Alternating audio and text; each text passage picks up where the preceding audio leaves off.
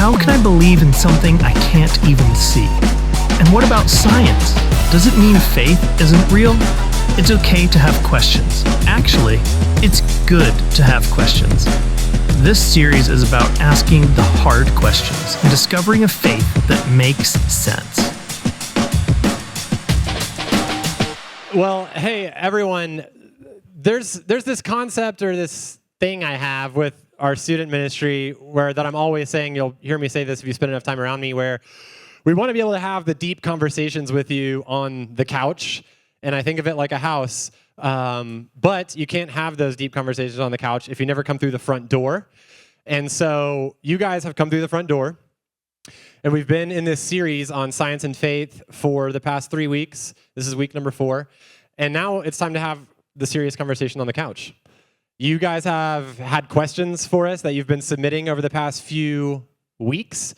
And we wanted to just take some time and answer those questions in the form of a conversation.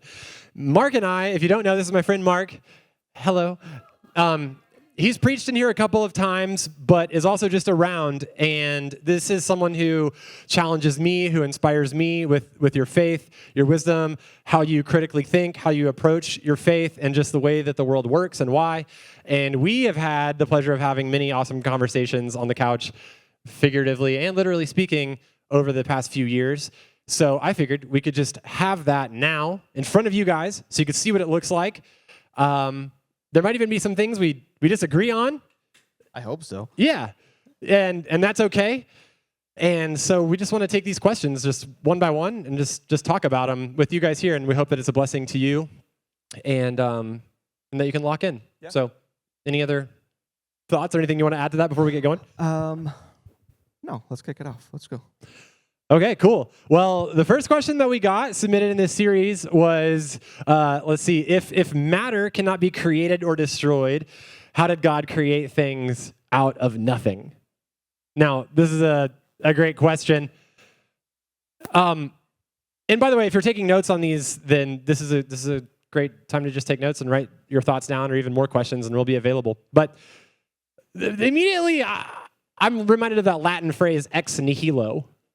You know what? From nothing. From nothing. Yeah.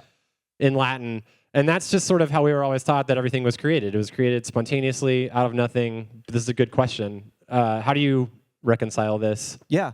You know what? You asked me if there was anything I wanted to say before we kick this off. Yeah. Now I actually kind of feel like I do.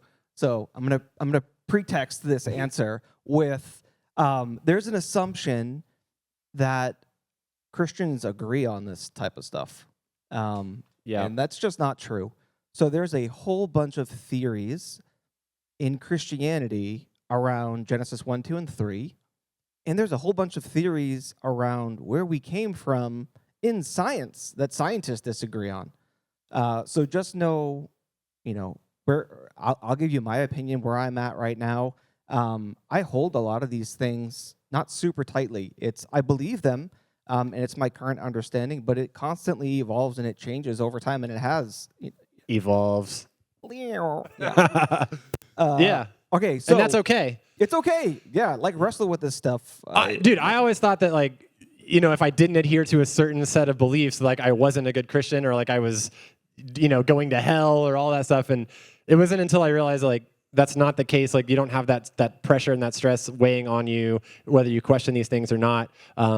It really freed me up a lot. So yeah, with this one, no matter where you're at, if you think that it's, we'll get to creation time block and stuff in the future, but how I sort of answered this question is that that's a law. Matter cannot be created or destroyed. That's a law in physics and in science that was created after everything already existed. So if God was pre-existent, he doesn't have to abide by the laws that he created and that we now live in. Totally, yes. So for me, it's really easy to say he doesn't have to abide by the law of the conservation of mass? Yeah. Or something like that? Yeah. So I'm thinking of science.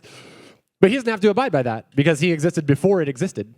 So there could have been this quantum pre-existent state of everything that he was over, and then he decided to put meaning and these laws, these physical laws that are now in place.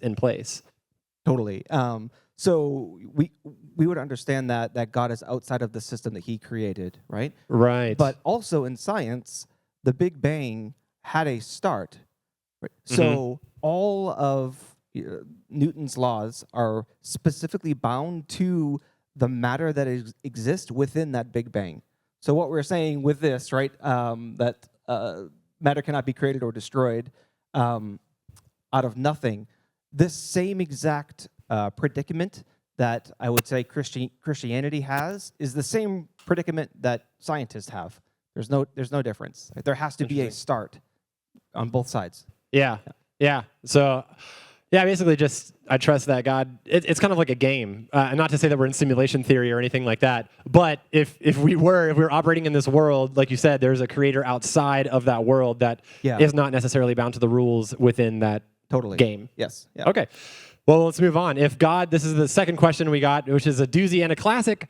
If God really loved everyone so much, then why would he put us in a place that is full of sin? If he's really all powerful and good, how can he can just defeat himself and have us all be perfect? And if he can't do that, then he's either not all loving or he's not all powerful. That's kind of a mouthful. And I think I'm getting the essence of what is being asked here. It's kind of several questions. So the first thing I want to say to that is just if we break it down like piece by piece in the beginning, that God did not put us in a place of sin. This question says, if God put us in a place that's full of sin, there's all this disease and there's all this, abuse and violence that takes place on earth. Like, why did God put us in this place? He didn't. He put us in a perfect place. That's where it all started. Was everything was perfect and good, very good, right? Yeah. So you were talking about the Garden in Eden. Yeah. Right. So it's this whole idea. Well, there's a couple of things. So sin, you've heard me say it on this stage many times, is not you've done bad.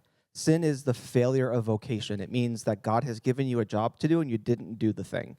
And we understand about causality. There's cause and effect and all that happens. So if I go out right now and take a gun and rob a 7-Eleven down the street, I'm causing a hardship not only for me, but for the person that I'm doing it to, for the owner of that store, and for my family, because now they're going to have to deal with the side effects of what has just happened.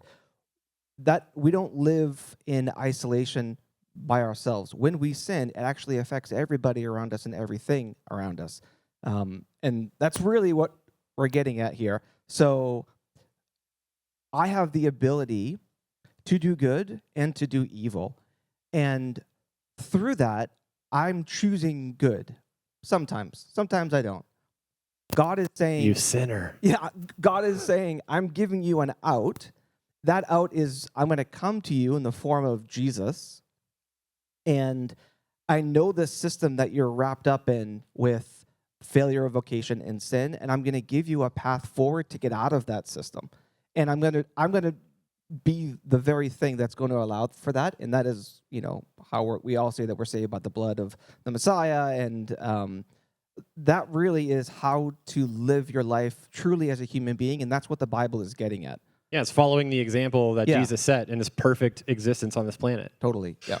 There's this super corny song, I think I've referenced it before, where it's like the song is asking like, God, there's all this violence and there's abuse and there's poverty and there's neglect and there's death and there's all this stuff happening. Like, why don't you do something about it? And God's like, I created you. So do you think we have sort of a responsibility to usher in God's kingdom on earth as it is in heaven, that God's sitting there just as frustrated as we are with all the violence that's taking place? And he's saying like, yeah, like you are my hands and feet. You are my mouthpiece on this planet. Like, I am going to do something about it. Like, and you're the ones who are supposed to be my ambassadors on this planet. Totally. Like, it's kind of on us to a degree. Like, we could make this very much like heaven, this earth, if we chose, but we kind of don't. And we have the choice, which is the other thing about love, right? Like, you can't have love without choice. Like, if God created us as a bunch of just obedient robots to love him, whether we wanted to or not, like, it's not really love. No, love is a choice, always. Yeah. And so that's part of him giving us free will in this dichotomy that we're in. Yeah. I don't know if that fully answers it, but food for thought anyway. Happy with that. Why do some people, next question, who like science, hate faith?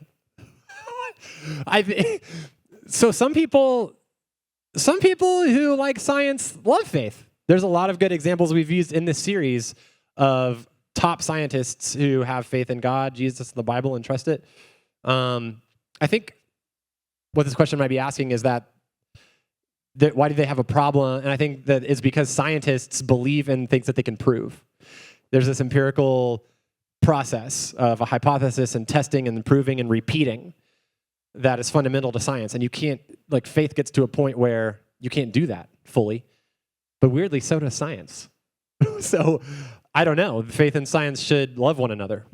Yeah, in my opinion. I absolutely agree. They're teammates. They're teammates. Yeah, I think there's also this idea that like religious people or Christians, or doesn't even need to be Christians, is like you view it as a pejorative, where those like simpletons like can't understand us, the big complex things. But if they could, they would know better. They would know better. Yeah. And you put this weak faith in this magic miracle of the Bible. Yeah. And that's actually really freaking dangerous. So if you have this assumption, there's this idea called social Darwinism, which is like, every generation of humanity gets more and more improved, and we're smarter now than people were when the Bible was written. Yeah. If that's true, then you would say, what a litmus test is in science. If I have an A/B test and I'm trying to say, hey, is this the thing? And no, it's one or the other. One of the factors that you could look at for humanity is how violent are we? Well, the last 100 years of humanity has been the most violent in all of We've gotten human more history. violent? We've gotten more violent, yeah. Oh, wow. Yeah. So is there a correlation between intelligence and violence? Like, it doesn't add up. Ooh. Something is amiss here. Yeah. Interesting.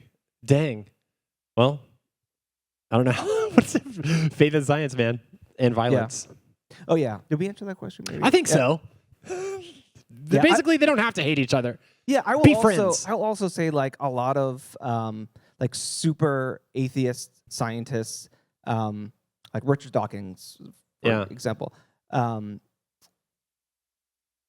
is their religion. Ooh. So they have decided that, like ultimately, anyone use Grok or ChatGPT or whatever to ask some of these questions, and you can get answers on both sides. So there are answers on the atheist side of all these reasons why Christianity and theism or having some sort of creator doesn't make sense, and here's all the reasons why. And you could do the exact same as a Christian and say, show me all the reasons why it's ridiculous to be an atheist or agnostic or whatever. Ultimately, there are unknowns on both camps. Science has you covered some of them. Yeah, some of the things that science can't explain that do require a level of faith. It's ironic that science requires almost just as much, if not more, faith than faith.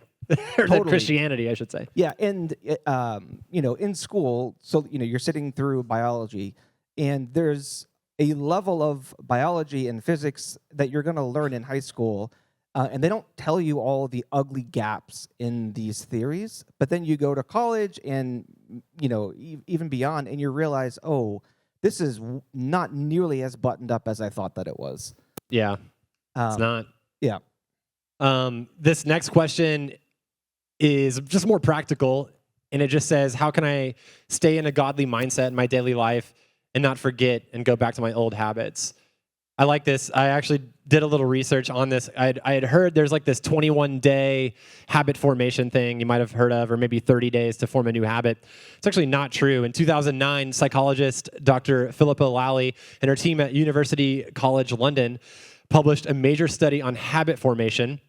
And they tracked people building new habits like eating fruit or daily exercise, and they found this, that on average it took 66 days for a behavior to become automatic. And the range was actually, it was a spectrum. So like you can't even say, after 66 days, because some people were able to form new habits in as few as 18 days. For some people, it took as many as 254 days. So everybody is different. Everyone's brain is different. But I kind of think like committing to, and if you miss a day, the study found if you miss a day or two, it's not detrimental to forming the new habit. But you really have to stay consistent. Get it someone, I hate the term accountability partner, but in essence, it's kind of good. Like get someone that you can share that I'm trying to start this new thing, and they will ask you about that and kind of keep you in check with it. But aim on the high end, go for 200 days or after a year, if you want to form a new habit. And I don't know what that is, if you're trying to form a new habit or break a bad habit, but that's just what it's going to take. And it's going to take consistency, vulnerability, and just radical determination to the thing. But it can be done. Dude, I will also add to that, and I suck at this, like really, I feel like everybody does in some way. But you and I went camping with our families a couple of weekends ago. And when you completely remove yourself from your environment, and there was no screens allowed, it was 3 days that we were there. And then you go back home, and I'm like, it's like an unknown. I didn't even realize that I needed it so much. And I didn't realize that I had some bad habits that were gone just in 3 days of me removing myself from that environment. So yeah, people I think want to focus on the thing, or like I'm trying to do this or I'm trying not to do this, instead of zooming out a bit and just saying, what am I going to do to not even put myself in the position to do that thing? It's like take yourself out of the environment in which that thing even happens or doesn't happen, or like put myself in the environment in which I'm more likely to do this or whatever desired behavior you have. I've got one more really quick. So my wife recently started, she just wants to read the Bible more, and is finding it difficult to do that. So she just got a blank notebook and just writes the Psalms, like literally has it open and just copies from one to one. Yeah. For me, it was the YouVersion Bible app. Like I had to tell a bunch of people that I'm going to read this every single day and I won't miss a day. And I like made it very public. Yeah. I like posted it on my story. So now if like I go a couple of days where I don't post it, everyone's like, yo, did you fall off? What's up? And that social pressure, I knew that was what was going to work for me. Is like if everyone knew, I can't let them down. So my Bible app is like, I'm at like a 580-day streak right now. It's pretty, and then now it's a habit. Well done. I can't not Mission do it now. accomplished. Yeah, that's what it took. Okay, next question. How does evolution, and this is one of the, kind of this question too, but. And kind of this one a little bit. Yeah, I like this. So how does evolution work with the Bible? Mark, this is a doozy, brother. This is a doozy. This is the one where I wanted to talk about a few things, like a few schools of thought. Okay, so on this, there are 3 main schools of thought when it comes to creation and how we all got here. There is young earth creationism, which... You want to... Yeah, we can break them down as we go. Like, right? Young earth creationism? Yeah. It's that God created everything pretty instantaneously with the appearance of age, making everything look really old. This would be like... It kind of wraps in the next questions with like, I buried dinosaur bones just to test your faith. But the Earth is probably between 6,000 and 10,000 years old, tops. And if you take all the dates from Genesis and you literally add them up, just basic arithmetic, you get around 6,000 years. And then post-Jesus is another 2,000 to put us here in 2025? I think it's 6,000 total. All the way up to now? Yeah, I believe so, yeah. So I think it's 4,000 BC. Right, okay. Yeah, because there are all these genealogies in the Bible where it's like it can trace them all the way back from Adam. If Adam was a literal guy, created instantly, and you take that very literally, then he was a singular dude who gave birth to a bunch of people all throughout history that led us up to Jesus, and we have that in the Bible. It's a historical document, and we know how long each one of those people lived. Some of them lived over 100 years, several hundred years. Several hundred, yeah. And, you do the math, You say, okay, Earth is a few thousand years old. That's it. A literal reading of Genesis in the Bible. Yeah. Okay, so then there is progressive creationism, which would still have like a literal reading of the Bible, but maybe all that stuff before Adam and Eve as literal people, that could have been millions or billions of years. So, in which these evolutionary processes took place to make like the stars and everything that you see out in the sky, but humanity is still 6,000 years old. Yeah. Then we have the most wacky of all, theistic evolution, which is that God created a system, and evolution is the process by which everything that came into existence does, and he just kind of pressed play. Is involved with creation, but allowed it to take the billions of years that science would say it took. So those are the 3 things: young earth creationism, progressive creationism and theistic evolution. And you can make theological and scientific claims for both of these. Yes. Yeah. Or I'm not both. I'm sorry. Like you can take those two things for all three. Yeah. For all three. And that's what I want to get at here was I want to give you guys the permission to, no matter which one of these three you believe, or you adhere to, you hold to, it's fine. Like, there's not a wrong or right. You're not like getting it wrong. Like, God is not mad at you or disappointed in you. You're not going to hell. As you know what I mean? Like, you can make a case for any of these, and that's okay. Totally. I mean, we don't really have a lot of time to go into it any more than that. Which one do you hold to? If you all, me. Yeah. Does it matter? All right. We just the people want to know. I would say theistic.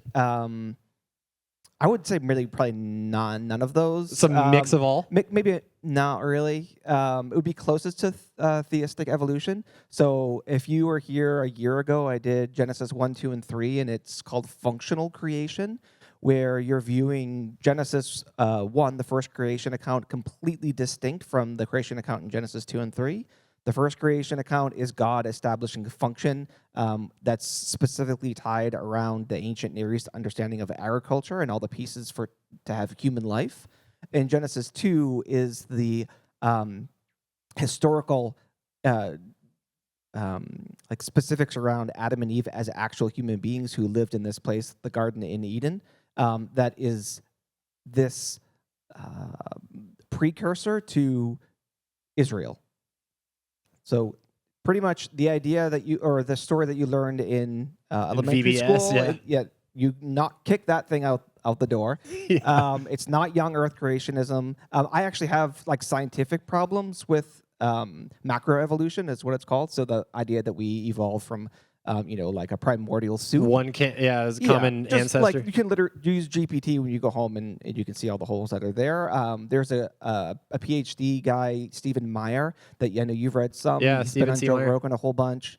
That if you like that type of thing, there's tons of evidence. Yeah, if you want to get nerdy, it's out there. Yeah, that's where I would land in that world. Okay, Yeah. nice. How about you? You didn't answer? We did. Anyway, we don't have time. No, I'm probably theistic evolution, but I was young Earth creationism for a long time. I talked about that in session 1 of this series. Go back on YouTube and find it. The next question is, can you do a spicy food challenge with some of the spiciest foods? Not me.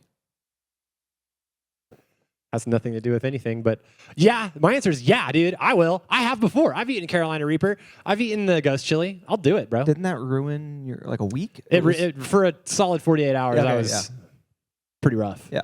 Without getting into detail. So you won't. I will. Not today. Not right now, but at some point, yeah, for sure. The next question is, what about the dinos, Mark? Yeah, we love dinosaurs. We love them. Terrible lizard. T-Rex. Yeah, this kind of gets into a problem with young Earth creationism, right? Because it kind of can't. So then, they can't exist if the Earth is really young, because Jesus rode in on a donkey, not a velociraptor. Yeah, yeah, it is without laughing at the bit, because so the idea is that there was a period when humanity and dinosaurs Overlapped. Shucks. In young Earth creationism.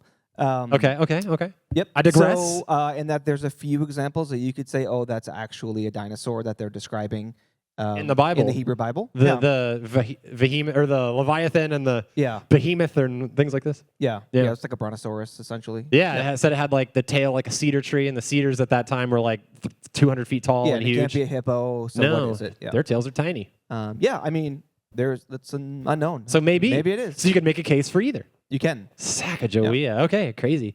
Plot thickens. We're going to clip through these last ones. What about aliens? Did Jesus die for them too? What if they created humans? I love this question. I love aliens. I really do love this question so much. Here's what I'll say. There's a statistical almost guarantee that there is life somewhere else in our universe. There are planets positioned far enough from their suns to sustain life. We just can't get to them because they're light years and light years away. But given how many galaxies and solar systems there are, it's almost a guarantee there's life somewhere. So call it an alien. Maybe it's a couple of celled organisms. Maybe it's advanced intelligent life. Who knows? Here's what I do want to say. Even if there is, it doesn't change my faith whatsoever, and here's why. I got a couple of passages of scripture here. Colossians 1:16, God created all things. By him, all things were created in heaven and on earth. All things. So if there is, well, he created it. Okay, Colossians 1, we read that earlier. Colossians 1:20, Jesus' death and resurrection are cosmic in scope, and here's what I mean. This says this, through him, being Jesus, to reconcile himself to all things, whether on earth or in heaven. And heavens at that time just meant sky, meant everything out there. So that means Jesus' work on the cross wasn't just for the people on this floating hunk of rock we call earth. It was for all of creation. It was a redemption for all of creation everywhere. And could God have, this is the mind like gymnastic I like, which is, if there is intelligent life out there, could God have sent a Jesus-esque type of savior? I think so. To that planet and to live for them and to die for them, and they could have their own sacred text. We call it the Bible. They could call it anything else, whatever. But and then one day, when it's all reconciled and restored and redeemed, we kind of get in with all these other ancient. We see that God was so much bigger than we thought he was. Like all of our alien brothers and sisters out here just looking like giant lizards and whatnot, just worshiping God for eternity. Go! I mean, we could say, oh, we're special if God created the universe just for us. That's a cool thought. But it almost feels like more special if there's others created also in his image. Could the image of God not look like a humanoid thing like us? Could it look like a bunch of different things we can't even imagine? Yeah, it was heresy if you said that the solar system didn't revolve around the Earth. Yeah. That was heresy. They would kill you for that. Literally. Yep. Like a few hundred years ago. Yes. Yep. Yeah, I think it's cool. My son, on the way here, I told him some of the questions. He was like, oh, that alien one's my favorite. And Dad, what if there was the same situation with Adam and Eve in the Garden of Eden, except they didn't fall. And they're still in that state. Ooh. They don't need sin. Right? They don't have sin. Sin's dumb. Why would we bother with that? It's ridiculous. Yeah, it's pretty cool. Yeah. It doesn't. I don't know. It doesn't change your faith. If there isn't at all. If we discover something, it's I used to think this too. If we discovered some ancient or some life form, changes everything. It doesn't. Totally. It really doesn't. Yeah. God's that big. I will say everything that we're talking about today, in your faith, you have, in how my brain slices out what I believe, is that I have concentric circles of importance. And the stuff that's the most important is in the center that I'm not changing my mind on. The non-negotiables. Non-negotiables, and that is the gospel, right? So we keep that sucker in the center, and if you don't know what the gospel is, ask some more questions and do some searching on your own, and we can get into that.